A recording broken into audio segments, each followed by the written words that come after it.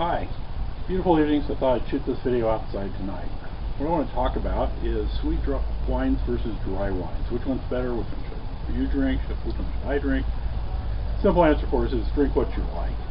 Now, that said, don't be afraid to try the ones that you don't think you like. There is kind of a stigma in sweet wines. A lot of them are very cheaply made. They're meant to appeal to either very young people, old enough to drink, but still very young drinkers. They're sweet, they're like soda pop, and they're really, really not good wines, and some of them just barely qualify as wine. Now, that said, there's also some really bad dry wines, so it goes both ways. Let's go into a little bit more. If you're going to drink a sweet wine, what is a good one? Well, of course, you've got to start with something you like, but it has to meet some other criteria too, besides just being sweet. There should be some flavor, there should be a nose, it should look good.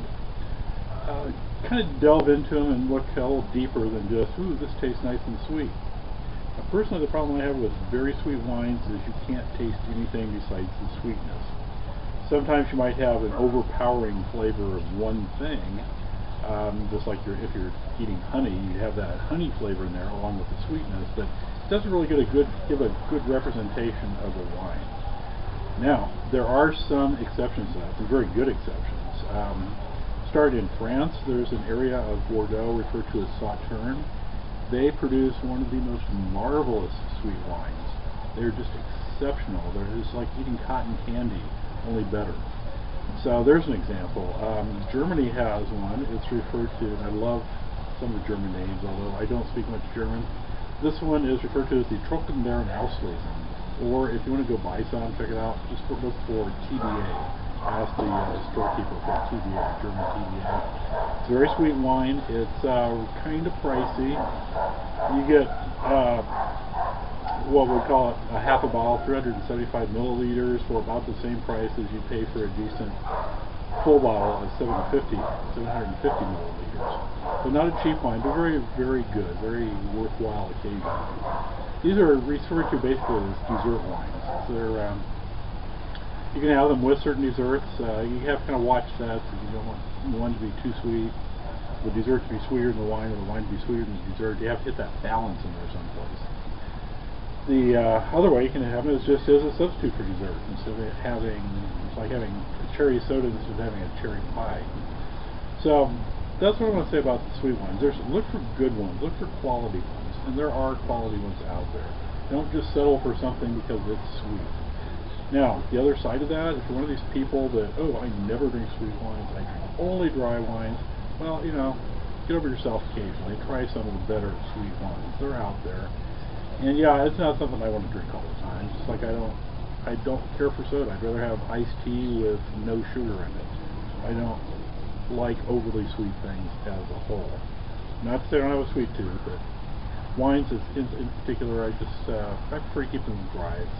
I go that way. A lot of people do. They don't put down sweet wines just because you like dry wines better. Now, the other side of that, for you people who do like sweet wines and you're really wanting to venture into something, you got to pace yourself. Don't jump immediately into the harshest, driest, scratchiest, big, bold, red cab sauv that you can find. Let's work into this.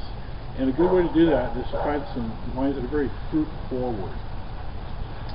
Just by classification, a lot of Pinot Noir, they are very drinkable for people who normally are not used to drinking dry wines. They're very light. They're also fruit forward. They tend to taste sweeter when they're not really that sweet. Another area, if you have access to it in the U.S., is a part of California referred to as Lodi, L-O-D-I. They make exceptional fruit forward wines. Red Zinfandels in particular is one of my favorites. You know, I also find Pitite Sirah from that region very fruit forward.